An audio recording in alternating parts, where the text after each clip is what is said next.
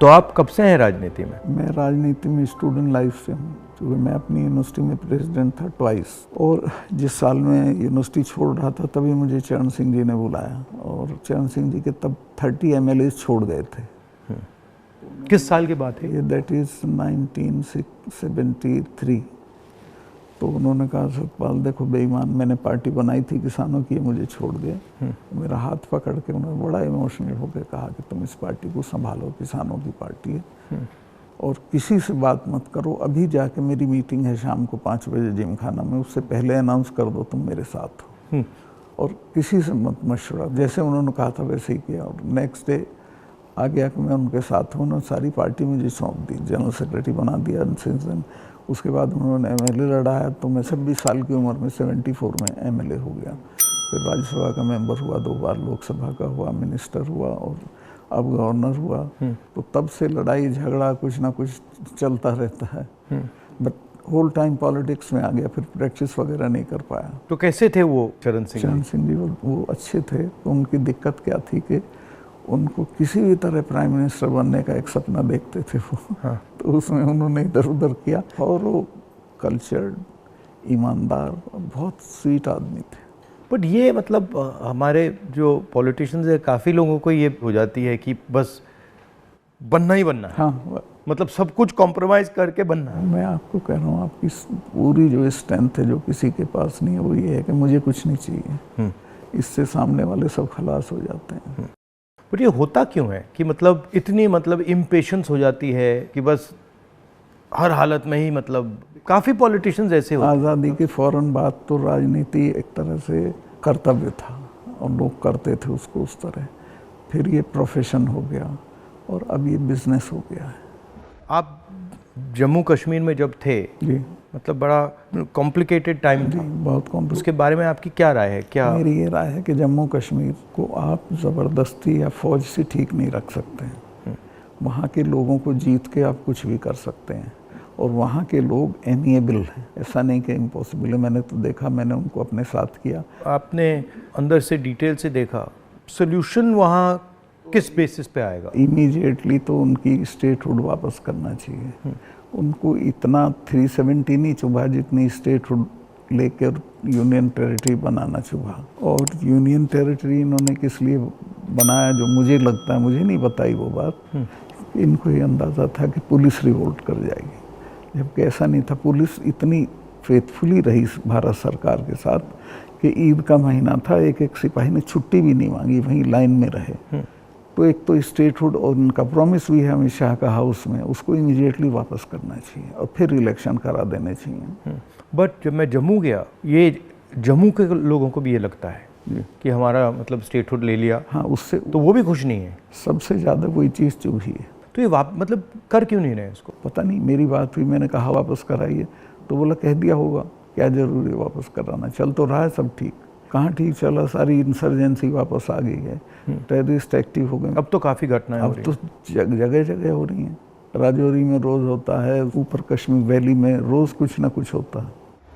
आपकी क्या राय है उसके बारे में, पुलवामा के बारे में? पुलवामा के बारे में मैं ये तो नहीं कहता इन्होंने कराया, बट पुलवामा में इन्होंने उसको इग्नोर किया और पॉलिटिकल इस्तेमाल किया अपने लिए। क्योंकि उसमें इनकी स्पीचेस हैं जिसमें ये कहता है कि जब वोट देने जाओ तो पुलवामा की शहादत को याद रखना। जैसे ही मैंने पुलवामा के बारे में सुना, मुझे पता लगा कि हमारे जो शहीद हैं एयरपोर्ट आ रहे हैं जी। तो मैं सीधा एयरपोर्ट गया। हमारी सिक्योरिटी वालों ने मुझे कहा कि नहीं नहीं नहीं आप मत जाइए, मगर मैंने कहा मैं जा रहा हूँ। तो मैं एयरपोर्ट में चला गया, और एयरपोर्ट में उस टाइम मुझे कमरे में बंद कर दिया, और मुझे कहा कि देखिए आप कमरे से नहीं निकल सकते। मैंने कहा मतलब? तो उधर वो सब शहीद आए थे, वहाँ पे आर्मी के लोग थे, प्रधानमंत्री आ रहे थे, और मुझे मतलब लिटरली चाबी से बंद किया कि आप बाहर नहीं जा सकते। मैंने सिक्योरिटी वालों से बोला ये मतलब ऐसे कैसे कर सकते हैं, और फिर लड़के मैं वहाँ से निकला। तो मुझे लग रहा था कि एक पूरा वहाँ पे शो सा क्रिएट हो रहा था। हाँ, वो था ही। वो प्रधानमंत्री को श्रीनगर जाना चाहिए था, राजनाथ सिंह आए थे, मैं था, हम लोगों ने श्रद्धांजलि दी थी। प्रधानमंत्री को उसी दिन जाना चाहिए था। नहीं, मगर मुझे उसमें क्या शौक लगा कि ऐसे लग रहा था कि एक कोई बड़ा इवेंट सा हो रहा है ना। इसके और वहाँ पे प्रधानमंत्री आए हैं और ये पूरा मतलब जैसे देश को दिखा रहे हैं कि भैया देखो, काफ़ी डिस्टेस्टफुल सा था। जिस दिन ये हुआ तो ये नेशनल कॉर्बेट पार्क में शूटिंग करा रहा था अपनी, तो ये अवेलेबल मैंने 3-4 बार कोशिश की, मिला ही नहीं मुझको। 5 या 6 बजे इसका फ़ोन आया, हाँ सतपाल भाई क्या हुआ? मैं कहा हमारे इतने लोग मर गए हैं और हमारी गलती से मरे हैं। तो बोला नहीं नहीं चुप रहना, अभी कुछ नहीं बोलना इस पर। फिर 1 घंटे बाद ये डोभाल जो मेरा क्लास फेलो रहा लॉ में मेरठ में, तो इसका फ़ोन आया, सतपाल भाई आप बोल दी। मैं 2 चैनल को बोल चुका था ये बात, तो इन्होंने कहा नहीं नहीं कुछ नहीं बोलना है इस पर। मैं कहा ठीक है, मैं समझा कुछ जांच वाँच कराएंगे, उस पर असर पड़ेगा।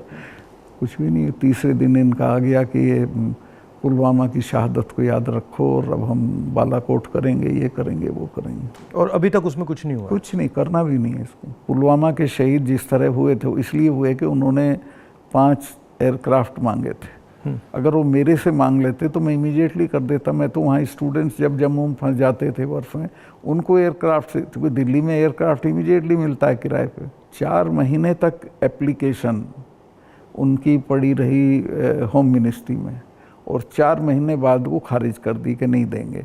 तब वो सड़क से चले। इतना बड़ा, मतलब 4 महीने के लिए वो चले ही नहीं? चले ही नहीं, इसलिए कि वो सड़क से चलना बिल्कुल इनसिक्योर होता है, वो उनके उसमें नहीं है सिस्टम में। 5 जहाज मांगे थे उन्होंने, वो नहीं दिए। 4 महीने तक लटकाए रखे। और तो 4 महीने के लिए क्या होल्ड पे थे क्या? होल्ड पे थे सब। मेरे सामने नहीं आई। अगर मेरे सामने आई होती तो मैं उसमें कुछ करता। That was between CRP and home ministry. लेकिन ये थी कि अटैक हो सकता है। इसके अलावा वो जो गाड़ी टकराई थी वो 10 दिन से घूम रही थी वहाँ, पूरा आप समझिए कि भरी हुई विस्फोटक से। वो कैसे, मतलब इतना एक्सप्लोसिवली कैसे, मतलब ऐसे घूम रही थी? सिस्टम नहीं था ठीक से। और जब मैं गया हूँ फिर पुलवामा होने के बाद, तो जो 10 किलोमीटर का स्ट्रेच है उसमें लगभग 8-10 लिंक रोड मिलती हैं। एक भी सैनिटाइज नहीं थी उस दिन। बल्कि हम तो जब अपनी पुलिस को भेजते थे कश्मीर की, तो पूरी रोड पे सिविल ट्रैफिक बिल्कुल रोक देते थे, सैनिटाइज कर देते थे, तब भेजते थे। ना हाईवे सैनिटाइज था, ना वो लिंक रोड। और लिंक रोड जहाँ हाईवे में मिलती है वहाँ रिवाज ये है कि वहाँ एक जिप्सी खड़ी होनी चाहिए जो उसे रोक दे कि नहीं भैया काफिला चला जाए सीआरपी का, तब जाना। ब्लॉक कर कुछ नहीं था, there was nothing like that. तो जब आप वहाँ गए, जैसे पॉलिटिक्स में हम ऐसी घटनाओं में जाते हैं, तो जब हम कहीं पहले पहुँचते हैं, कोई माइंड में कोई फीलिंग आती है, तो इसमें आपकी क्या फीलिंग आई थी जब आप पहली बार वहाँ गए? आप मेरा यकीन करेंगे, आई वॉज इन टीयर्स। और मैंने इसको फ़ोन किया, मुझे नहीं मिला। जब 5 बजे मेरी बात हुई तो मैंने कहा हमारी गलती से हुआ ये। तो बोला नहीं नहीं, इस पे आपको चुप रहना है। मैं चाहता था कि कुछ सर इसमें कटने चाहिए जिनकी जिम्मेवारी थी।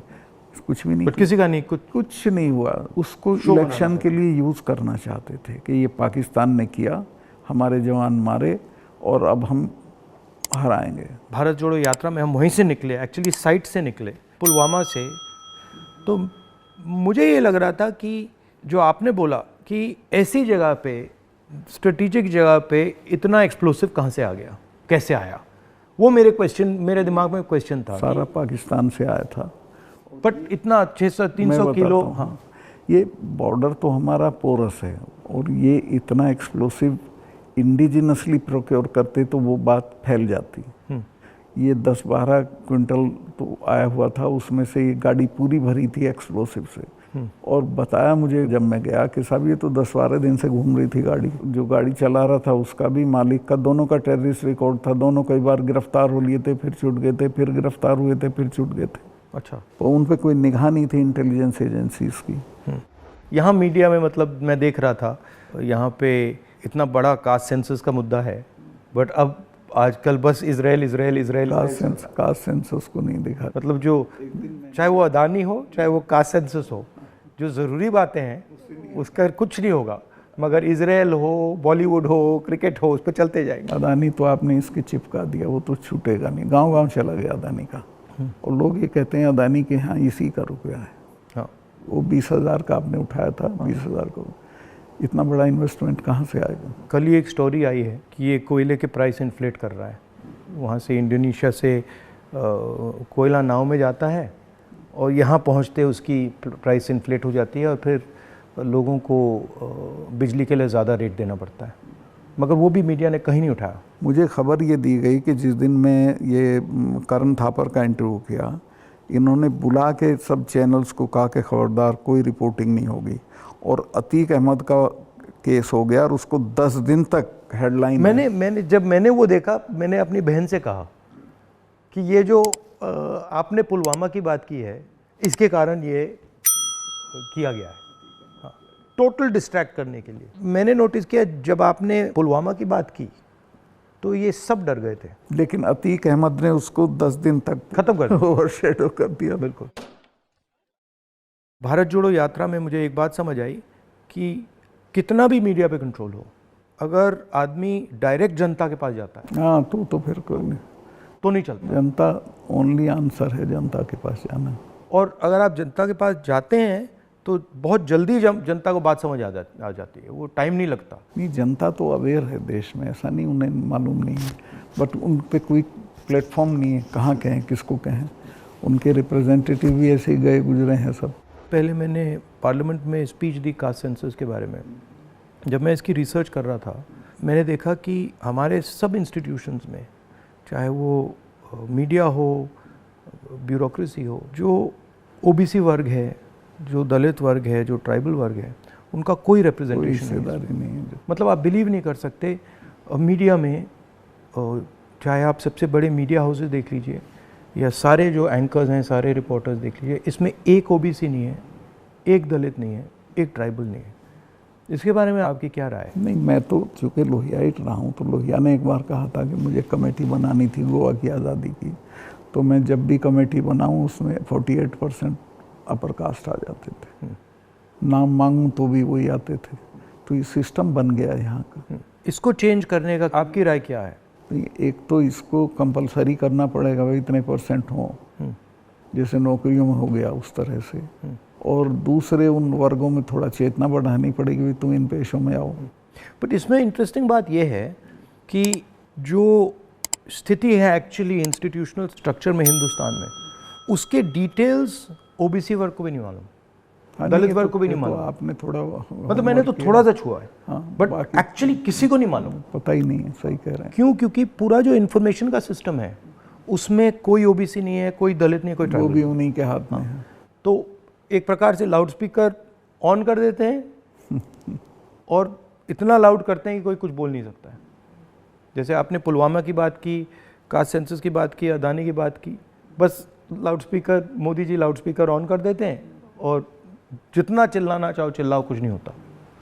कुछ दिन पहले मैं दिल्ली में 3-4 घंटे बढ़इयों के साथ काम किया, तो वो मुझे बता रहे थे कि हम सोफ़ा बनाते हैं, चेयर बनाते हैं, टेबल बनाते हैं, मगर जिस शोरूम में वो बिकता है उसमें हम जा नहीं सकते। मतलब काम हमारा, मेहनत हमारी, मगर फल हमारा नहीं। और कितना गुना एनहांस करके पैसा लेते हैं उसका।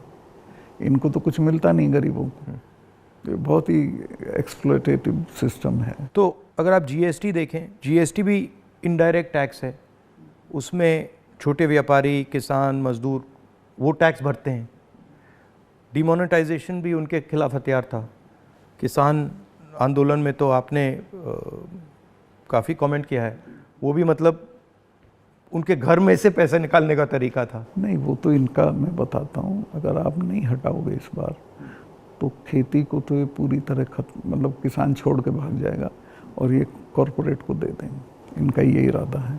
मैं तो खेती करता था, मेरे गांव में पूरी यूपी की सबसे बड़ी काश्त थी, एक हमारे चाचा थे, उनके पास 2500 बीघा ज़मीन थी। और आज मैं जाता हूँ तो सब के लड़के शहर में आ गए हैं, चूँकि एजुकेशन नहीं है, हेल्थ सर्विसेज नहीं है और सिक्योरिटी नहीं है, तो वो बटाईदार को देके वो धीरे धीरे ख़त्म हो जाएगी खेती। खेती को ख़त्म करेंगे, फौज ख़त्म करी दी से ये ला के अग्निवीर में कौन इतने से अरसे के लिए अपनी जान देगा। तो ये शने शने सब लोगों को, ये हर इंस्टीट्यूशन को पकड़ के ख़त्म कर देते हैं। इनकी मतलब इमीडिएटली ये, चाहे वो सेना हो, सरकार हो, ब्यूरोक्रेसी हो, इलेक्शन कमीशन, जैसे इनके हाथ पड़ता है वो अपने लोगों को बैठा के कुछ ना कुछ उल्टा। मैं आप एक स्टडी करा लीजिए, सेंट्रल यूनिवर्सिटी के जो वाइस चांसलर्स हैं पिछले 1 साल में लगे हैं, वो 100% वो हैं जिनके संघ से कनेक्शन थे। उसके बिना आप कोई नौकरी नहीं पा सकते हैं आज, और सेंट्रल यूनिवर्सिटी की तो बिल्कुल नहीं पा सकते हैं। जो इंटर कॉलेज के प्रिंसिपल होने लायक भी नहीं थे वो वीसी लगे हुए हैं सब जगह। मतलब इनका शिक्षा का सिस्टम नहीं रहा, अब कंट्रोल का, माइंड कंट्रोल का सिस्टम बनाने की कोशिश। आपके मुताबिक इम्प्रूवमेंट लाने का क्या तरीका है? देखिए, सबसे बेसिक सवाल है कि किसान को उसकी फसल का दाम सही नहीं मिलता है और उसके चलते वो हर साल गरीब होता जाता है। जो एक फसल का दाम पिछले साल था, खाद का और बाकी चीज़ों का जो दाम था, उसकी तुलना में इस साल में और फ़र्क हो जाता है। तो उसकी परचेजिंग पावर हर साल कम होती चली जाती है और उसे पता नहीं चलता।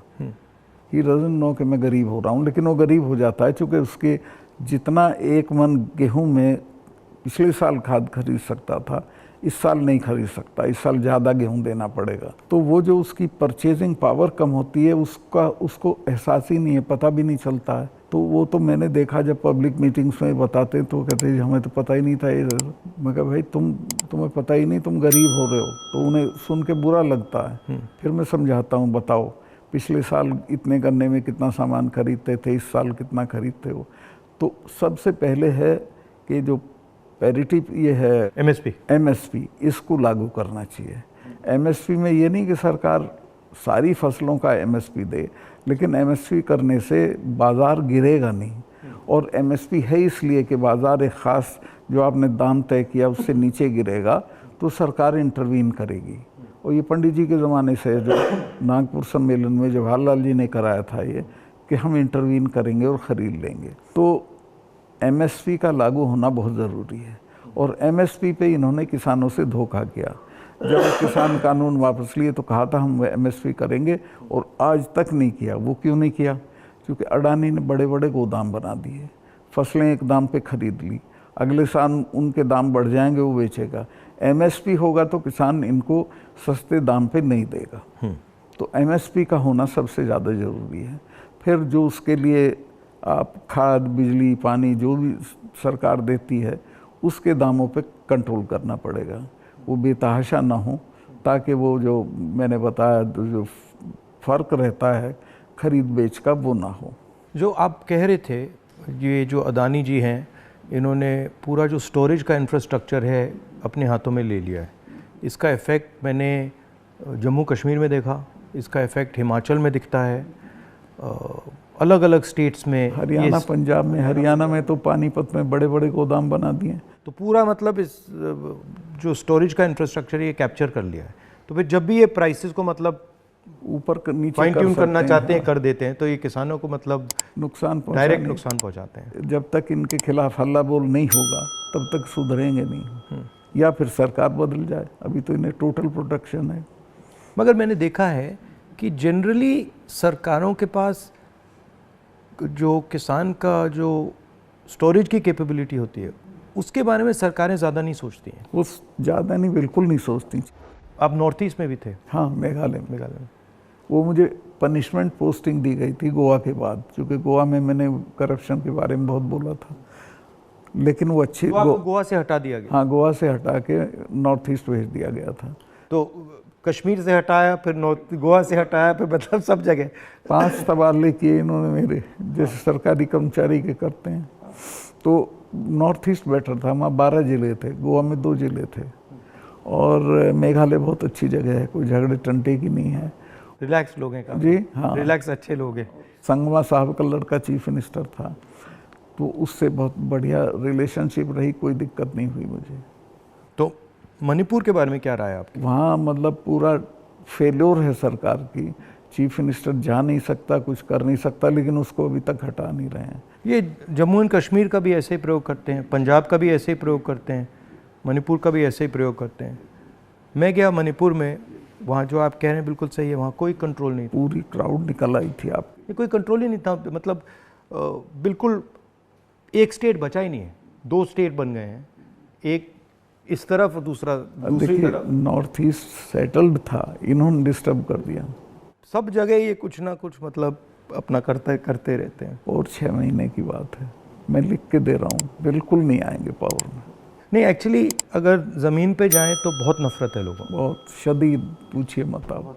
मुझे लगता है कि हिंदुस्तान की राजनीति में आज दो विचारधाराओं की लड़ाई है, एक आरएसएस गांधी वाली, एक आरएसएस और एक गांधी वाली, और दोनों एक प्रकार से हिंदुइज़्म के एक्सप्रेशन हैं। दोनों एक विजन है हिंदुइज़्म का, एक अहिंसा का, एक भाईचारे का, और दूसरा जो आरएसएस का, जिसको मैं डिस्टॉर्टेड विजन कहता हूँ, वो नफ़रत का, हिंसा का।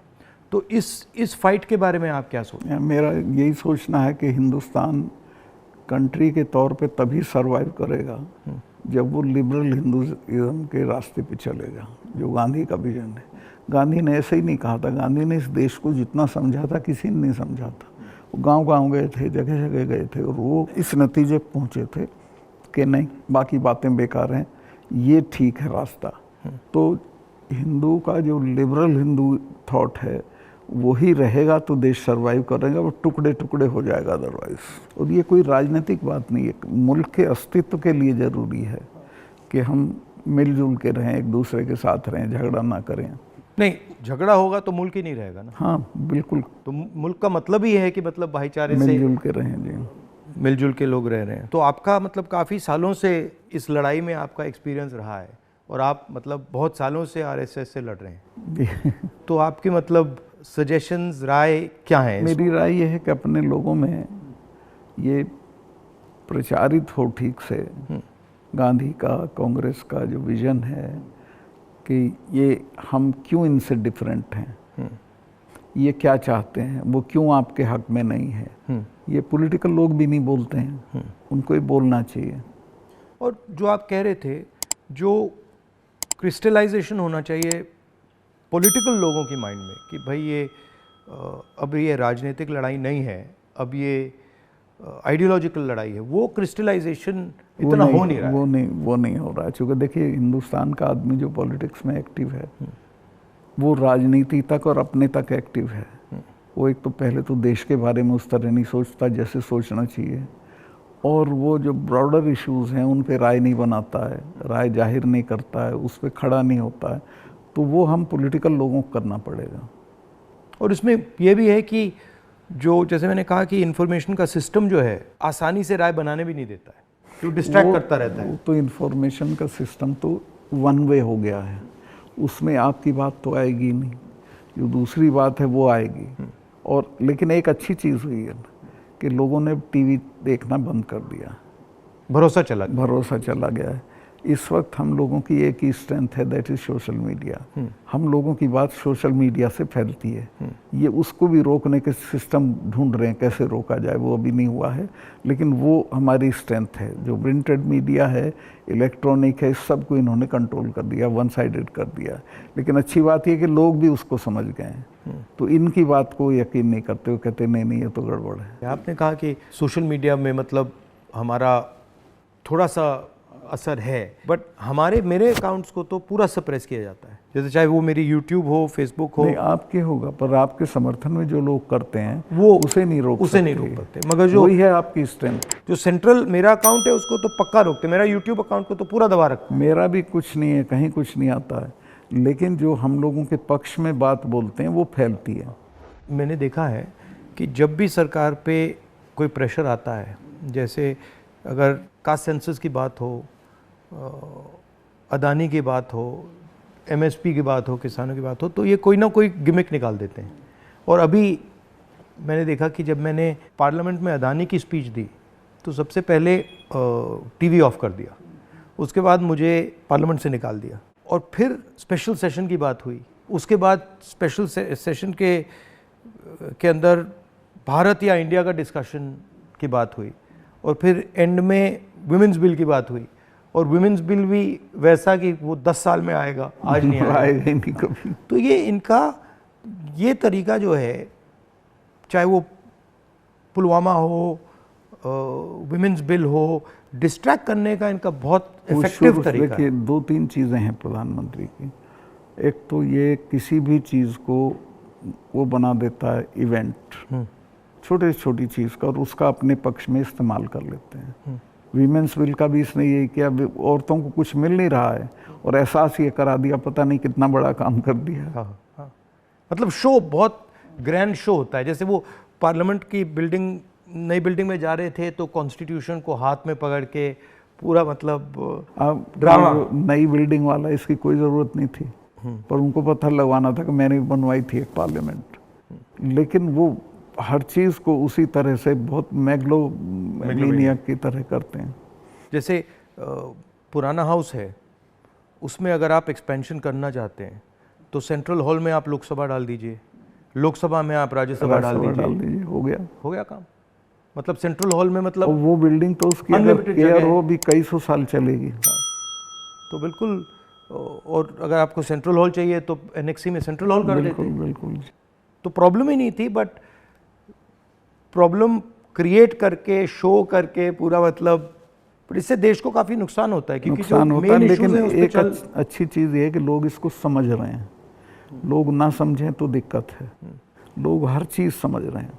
मैं तो बिल्कुल नीचे तक जाता हूँ, वो सब बोल रहे हैं इस चीज़ को कि साहब इसको करना वरना कुछ नहीं है, ये ऐसे ही करता रहता है। और एक्चुअली जब मैं इनके भाषण सुनता हूँ और इनकी जो पॉलिसीज़ देखता हूँ तो एक्चुअली डेप्थ नहीं है, डिटेल में नहीं जाते। ज़रूरत नहीं है उसको सिर्फ रूल करना है, कोई इम्प्रूवमेंट नहीं करना, कोई चेंज नहीं करनी है, सिर्फ राज करना, जिसे बोलते हैं ना बहुत क्रूड लैंग्वेज में, सारा राज है, राज करना है, दैट्स ऑल। और वो उस तरह से जो जवाबदेही जनता के लिए होती है वो महसूस भी नहीं करते हैं। आपने काफ़ी बहादुरी के साथ जो पुलवामा के बारे में बोला, आपने जो अदानी के बारे में बोला, किसानों के बारे में बोला, तो फिर आपको धमकाया गया, सीबीआई इंक्वायरी कराएगी, सब शुरू हो गया, पूरा इनका सिस्टम चालू हो गया। आप हैरत करेंगे, ये कानून है कि जो शिकायत करता है उसको सज़ा नहीं दी जाती है। मैंने शिकायत की जिनकी की, उनका आज तक इंटरोगेशन नहीं हुआ। मेरे यहाँ 3-3 बार आ गए, मेरे स्टाफ के लोगों के फ़ोन ले गए सीबीआई वाले। मैंने कहा भाई तुम कुछ कर लो, मेरा कुछ नहीं बिगाड़ सकते, मैं तो फ़कीर हूँ, मेरे बिना कुछ है। तो तंग आ गए वो, लेकिन करना पड़ा। फिर यही कहते थे लास्ट में, साहब नौकरी कर रहे हैं मुकदमा। वो मुझे भी यही कहते थे कि भाई अब छोड़िए, मतलब हमें दबाया जा रहा है, हमें करना पड़ रहा है, इसमें कुछ है नहीं। उनकी भी मजबूरी है, उनकी मजबूरी है, क्या करें। हम बात कर रहे हैं तो इसके बाद में आप पर भी थोड़ा आक्रमण करेंगे। जब भी हम किसी से बात करते हैं एकदम आक्रमण शुरू हो जाता है उन पर। हाँ नहीं करेंगे, मेरे पे तो करते रहते हैं, ज़्यादा दिक्कत नहीं, आपको कोई फर्क नहीं पड़ता। थैंक यू, बहुत अच्छा लगा, हमें बहुत अच्छा लगा, थैंक यू।